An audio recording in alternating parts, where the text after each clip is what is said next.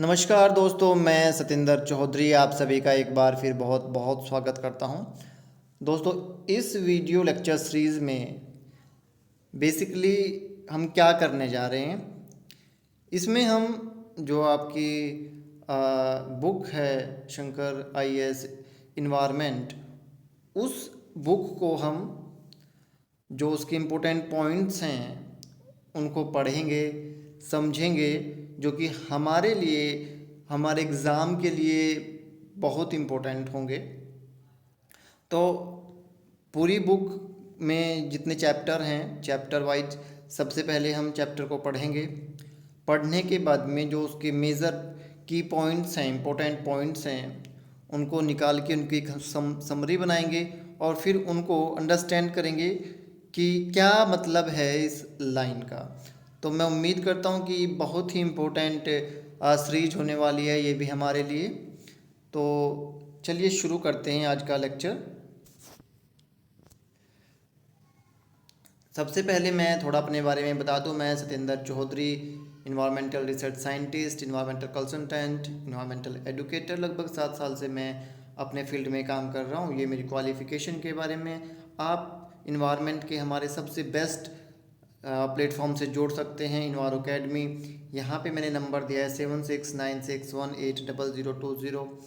इस नंबर के माध्यम से आप हमसे जुड़ सकते हैं। आप हमें फेसबुक पे खोज सकते हैं, इंस्टाग्राम पे, व्हाट्सएप पे, टेलीग्राम पे और यूट्यूब पे तो हम हैं ही। आप हमारे चैनल को सब्सक्राइब कर लें। डेफिनेटली आपको बहुत फ़ायदा होने वाला है अगर आप इन्वायरमेंट साइंस या इन्वायरमेंटल इंजीनियरिंग के स्टूडेंट हैं तो। JRF for sure. बेसिकली हमारा स्पेशलाइजेशन JRF में है, नेट JRF इन्वायरमेंटल साइंस। बहुत सारे रिसोर्सेज हम प्रोवाइड कराते हैं, उनमें से एक रिसोर्सेज यूट्यूब है। यूट्यूब पे हमने कुछ बहुत ही बेहतरीन वीडियो लेक्चर सीरीज़ बनाई हुई हैं, like target JRF, numerical series. इनको आप देखेंगे, अपने नोट्स बनाएंगे सेपरेट सेपरेट नोटबुक में, डेफिनेटली आपको बहुत फ़ायदा होगा। आपके कॉन्सेप्ट क्लियर होंगे और डायरेक्टली आपको ए नंबर ऑफ द क्वेश्चन इनसे मिलेंगे अगर आप ध्यान से इन्हें देखेंगे। मोस्ट ऑफ द जो आप बाकी जगह पे अगर क्वेश्चन देखेंगे तो टारगेट JRF में जो मैंने क्वेश्चन सोल्व कराए हैं यहाँ से कॉपी पेस्ट हुए हैं।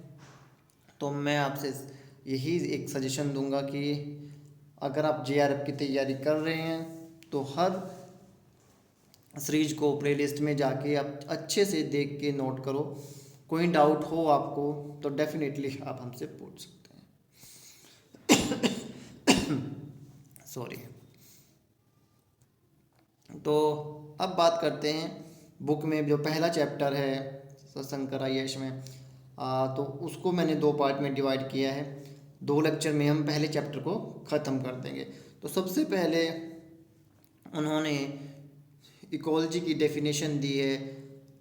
इकोलॉजी जो है ये बेसिकली 2 शब्दों से मिलके बना है। ओइकोस जिसका मीनिंग होता है होम, और प्लेस जहाँ पे कोई भी ऑर्गेनिज्म रहता है, और लोगस का मीनिंग होता है हमारा अध्ययन करना, स्टडी करना। तो अगर हम इसकी एक सिंपल सी डेफिनेशन दें तो क्या कहेंगे हम? Study of the home of nature. इसमें बेसिकली हम क्या करते हैं, हम रिलेशनशिप देखते हैं कि कैसे एक ऑर्गेनिज्म जो है वो अपने इन्वायरमेंट में रहता है, कैसे वो इन्वायरमेंटल रिसोर्सेज को यूज़ करता है, और कैसे इन्वायरमेंट्स को प्रभावित करता है और कैसे इन्वायरमेंट से प्रभावित होता है। इसके बाद में नेक्स्ट हेडिंग दी हुई है बुक में, हिस्ट्री ऑफ इकोलॉजी। हम सभी को पता है कि भारत का इतिहास जो है वो बहुत ही विस्तृत है, और यहाँ पे बहुत ही पुराने टाइम से हम जीव जंतुओं के क्लासिफिकेशन करते आए हैं, उनके बारे में बताते आए हैं, और जो इन्वायरमेंटल या इकोलॉजिकल प्रिंसिपल हैं उन पे हमारे जो प्राचीन ग्रंथ हैं उनमें बहुत सारी जगह पे आपको उसका उल्लेख मिल जाएगा। इसके बाद में नेक्स्ट टॉपिक जो है वो है इन्वायरमेंट एंड इट्स कंपोनेंट। तो अगर इन्वायरमेंट की सबसे सिंपल सी डेफिनेशन कोई आपसे पूछे कि भाई इन्वायरमेंट को डिफाइन करो, तो आप क्या कहेंगे? Simply surroundings of an object. एक ऑब्जेक्ट के चारों तरफ जितने भी फैक्टर हैं, ठीक है, वो उसका इन्वायरमेंट है। बहुत सारी डेफिनेशन दी गई हैं, बहुत सारी चीज़ें बताई गई हैं, ठीक है, बट सबसे सिंपल डेफिनेशन यही है, सराउंडिंग्स ऑफ एन ऑब्जेक्ट। इसके अलावा आप कह सकते हो the sum total of living and non living component that influence, और you can say that determine the growth of an organism। जितने भी आपके लिविंग और नॉन लिविंग फैक्टर हैं जो एक ऑर्गेनिज्म की ग्रोथ को प्रभावित करते हैं या उसकी ग्रोथ को डिटरमिन करते हैं, वही सारे फैक्टर मिलके उसका इन्वायरमेंट बनाते हैं, ठीक है। कितने सारे नॉन लिविंग फैक्टर हैं, कितने सारे लिविंग फैक्टर हैं, सारे मिलेंगे, इंटरेक्ट करेंगे एक दूसरे से और किसी भी ऑर्गेनिज्म का क्या बना देंगे, एक इन्वायरमेंट बना देंगे। तो अगर हम ब्रॉडली क्लासीफाई करें सभी कंपोनेंट को, तो इन्वायरमेंट के बेसिकली आपके दो कंपोनेंट हैं, बायोटिक और एबायोटिक। बायोटिक कंपोनेंट यानी कि लिविंग कंपोनेंट, इनको अगेन हम बहुत सारे तरीक़ों से क्लासीफाई कर सकते हैं, जिनमें सिंपली हमने पहले अगर हम बायोटिक कंपोनेंट की बात कर रहे हैं, जैसा कि इसको मैंने क्लासीफाई किया प्रोड्यूसर, कंज्यूमर और डिकम्पोजर, ठीक है।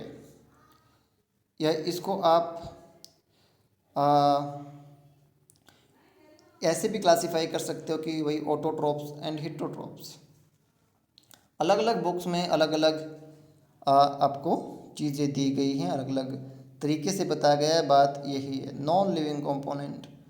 Non living component again broadly अगर आप क्लासीफाई करो तो ऑर्गेनिक, इनऑर्गेनिक और फिजिकल। इनको आप कितने भी तरीके से क्लासीफाई कर लो।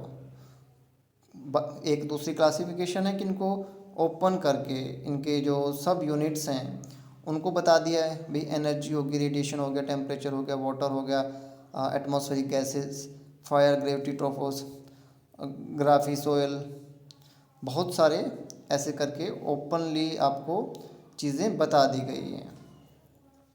तो ये तो बात हुई आपकी इन्वायरमेंट के कंपोनेंट्स की।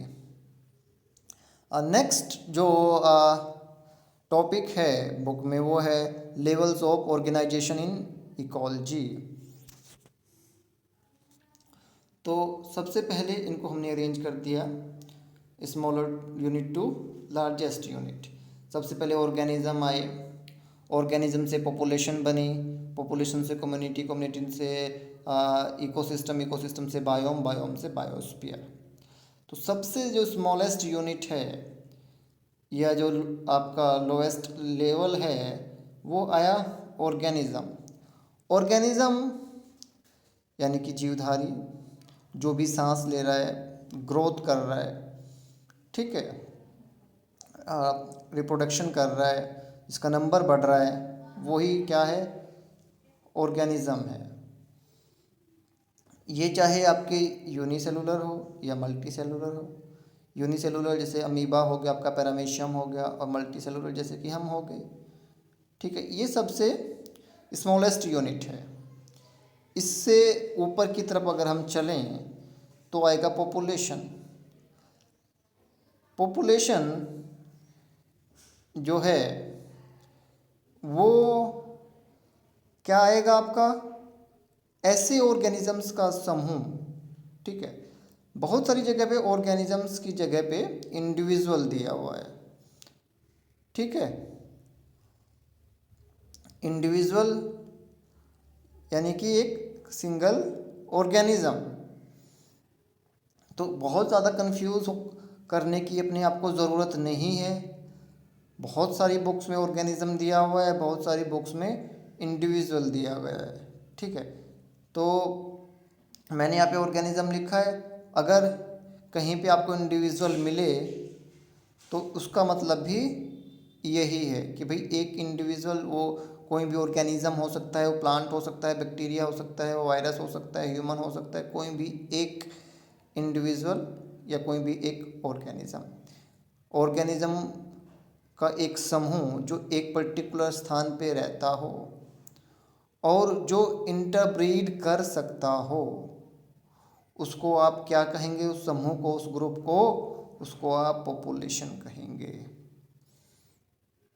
ठीक है, ऑर्गेनिजम्स कहिए या इंडिविजुअल्स का समूह यानी कि ग्रुप जो एक पर्टिकुलर जगह पे रहता है और जो इंटरब्रीड कर सकता हो, ठीक, जिनके बीच में वो कॉम्पीट करेंगे। ऑर्गेनिज्म अगर एक समूह में रहेंगे डेफिनेटली फूड के लिए, स्पेस के लिए, रिप्रोडक्टिव पार्टनर के लिए, न्यूट्रिशन के लिए, न्यूट्रेंट के लिए, उनके बीच में कंपटीशन होगा। तो सबसे पहले ऑर्गेनिज्म या इंडिविजुअल, उसके बाद में आपका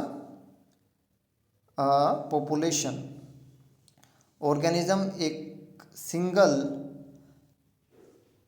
आपका लिविंग बीइंग जो कि ग्रोथ कर सकता हो, अकेले रह सकता हो, सांस ले सकता हो और अपना नंबर बढ़ा सकता हो रिप्रोडक्शन के थ्रू।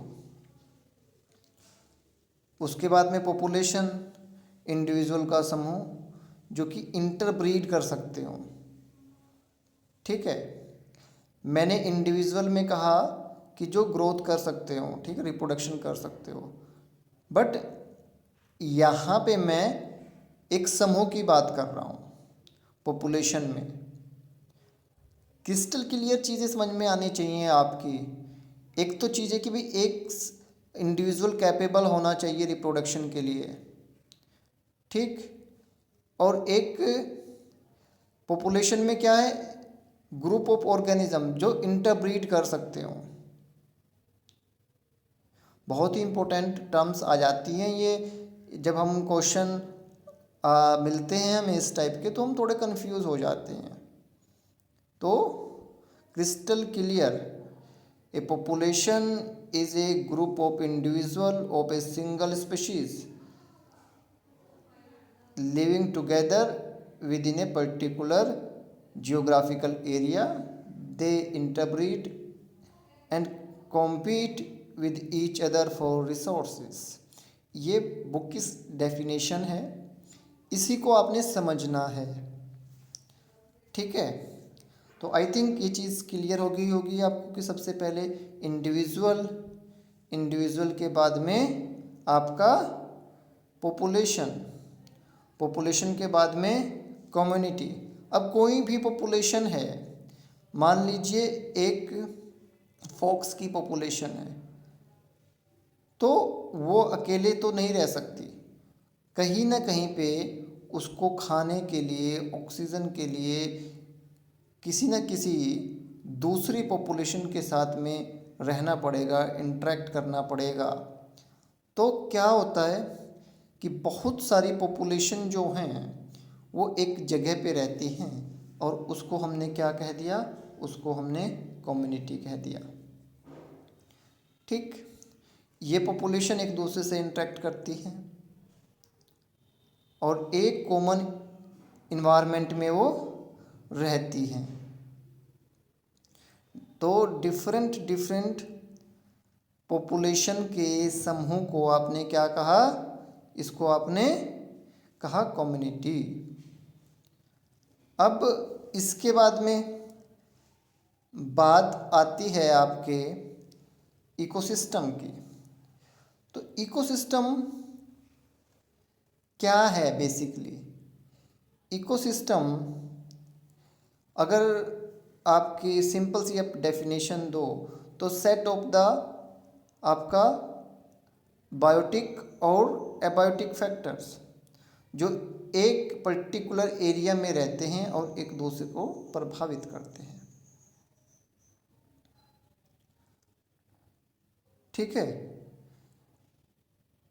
या आप कहिए कि जिसमें एक कम्युनिटी रहती हो, एक ऐसा सेट ऑफ लिविंग और नॉन लिविंग फैक्टर जिसमें आपकी डिफरेंट डिफरेंट कम्युनिटीज़ रहती हो, वो एक दूसरे से इंटरेक्ट करते हैं और आपको एक ऐसा एटमॉस्फेयर, एक ऐसा इन्वायरमेंट प्रोवाइड कराते हैं जिससे कि आप सरवाइव कर सको। बिल्कुल सिंपल से लेवल पे समझने की कोशिश करो चीज़ों को। ये डेफिनेशंस कभी कभी आपको मिल जाती हैं। सबसे पहले हमने इंडिविजुअल की बात की, एक ऑर्गेनिज्म की बात की, उसके बाद हमने पॉपुलेशन की बात की, पॉपुलेशन के बाद में हमने कम्युनिटी की बात की, कम्युनिटी के बाद में हमने किसकी बात की, एक इकोसिस्टम की। एक ऑर्गेनिज्म या इंडिविजुअल जो अकेला रह सकता हो, रिप्रोडक्शन के लिए कैपेबल हो, जो ग्रोथ करता हो, चाहे वो कोई बैक्टीरिया हो, फंगी हो, वायरस हो। पॉपुलेशन, ग्रुप ऑफ इंडिविजुअल जो कि इंटरब्रीड करते हों और वो कॉम्पीट करेंगे रिसोर्सेज के लिए। कम्युनिटी, ग्रुप ऑफ पॉपुलेशन, ये भी एक दूसरे को प्रभावित करेंगे और एक दूसरे पे ये इंटरडिपेंडेंट होंगे। इसके बाद में इकोसिस्टम, एक ऐसा set of biotic and abiotic factor जो कि एक पर्टिकुलर कम्युनिटी को या बहुत सारी कम्युनिटी को प्रॉपर एक इन्वायरमेंट प्रोवाइड कराते हैं जिससे कि वो सर्वाइव कर सकें। इसमें ये इंटरेक्ट करते हैं आपके लिविंग और नॉन लिविंग फैक्टर्स। अगर आप इकोसिस्टम की बात करें तो बहुत सारे इकोसिस्टम हैं। ब्रॉडली हमने इसको डिवाइड किया नेचुरल इकोसिस्टम और man made ecosystem. Man made ecosystem का एक बेस्ट एग्जांपल आप ले सकते हो कि एक फिश पॉन्ड है। नेचुरल इकोसिस्टम को अगेन आप डिवाइड कर सकते हो टेरेस्ट्रियल इकोसिस्टम और आपके एक्वेटिक इकोसिस्टम में। एक्वेटिक इकोसिस्टम को अगेन आप डिवाइड कर सकते हो फ्रेश वाटर इकोसिस्टम और marine ecosystem. Fresh water ecosystem को अगेन आप क्लासिफाई कर सकते हो lentic ecosystem and lotic ecosystem. ठीक है, लैंटिक इकोसिस्टम क्या होता है, लोटिक इकोसिस्टम क्या होता है, आपको पता होना चाहिए। ठीक, अगर मैं आपसे पूछूं कि इनमें से जो आपका रनिंग वाटर इकोसिस्टम कौन सा है तो आपका जवाब एकदम से मुझे मिलना चाहिए। ठीक है, क्वेश्चन छोड़ दे रहा हूँ, रनिंग वाटर इकोसिस्टम कौन सा होता है, लैंटिक या लोटिक। तो यहाँ तक आई थिंक चीज़ें क्लियर हो गई होंगी। ये तो आपके डिफरेंट काइंड ऑफ इकोसिस्टम की बात हुई। इकोसिस्टम के फैक्टर्स के बारे में अगर हम बात करें तो इकोसिस्टम आपका क्या है, लिविंग और नॉन लिविंग दोनों फैक्टर उसमें हैं। लिविंग फैक्टर या बायोटिक फैक्टर पहले भी बात कर चुके हैं। ब्रॉडली 3 क्लास में डिवाइड कर सकते हो, प्रोड्यूसर, कंज्यूमर और डिकम्पोजर।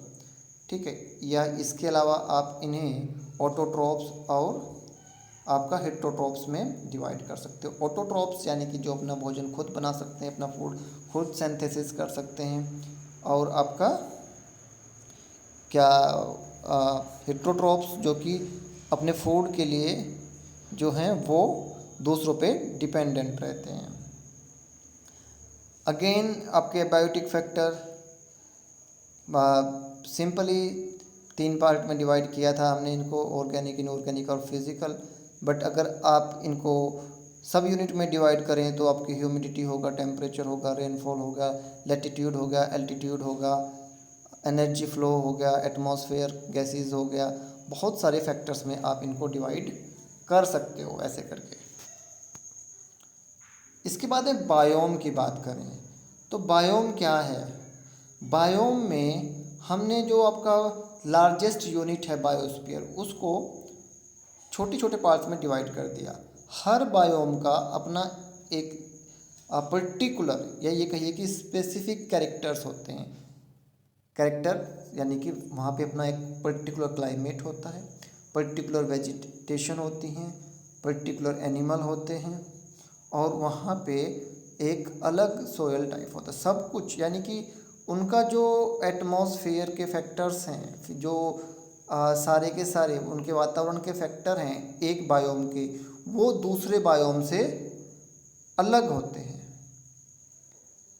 ठीक है, एक बायोम के जो कैरेक्टर्स हैं, जो फीचर्स हैं, वो दूसरे बायोम के जैसे नहीं होंगे, उनमें अंतर होगा, चाहे वो क्लाइमेटिक फैक्टर की वजह से हो, चाहे वो वहाँ के लोकल वेदर की वजह से हो, सोयल की वजह से हो, किसी भी फैक्टर की वजह से। इसीलिए हमने कहा कि हर जो बायोम है, एक पर्टिकुलर बायोम है, उसके स्पेसिफिक कुछ कैरेक्टर होते हैं। ठीक है, तो डिफरेंट डिफरेंट टाइप के बायोम्स हैं। नेक्स्ट वीडियो में हम आपके जो 3 टॉपिक रह गए हैं, इकोटोन, निश और टाइप ऑफ बायोम्स, इनके बारे में बात करेंगे। अभी जो लार्जेस्ट यूनिट रह गई है बायोस्फीयर, इस पे बात कर लेते हैं। ये हाईएस्ट इकोलॉजिकल यूनिट है, जो कि आपके लेवल ऑफ ऑर्गेनाइजेशन में एपेक्स पे है। ठीक है, बायोस्फीयर वो एरिया सारे के सारे जिसमें बायोम्स, आपका सम ऑफ बायोम्स का ये जो एक लार्ज जियोग्राफिकल एरिया पे जो यूनिट है, उसको हमने बायोस्फीयर कहा। इसमें बहुत सारे आपके बायोम्स आएंगे, लिविंग ऑर्गेनिज्म जिसमें रहते हैं, एक दूसरे को वो प्रभावित करते हैं।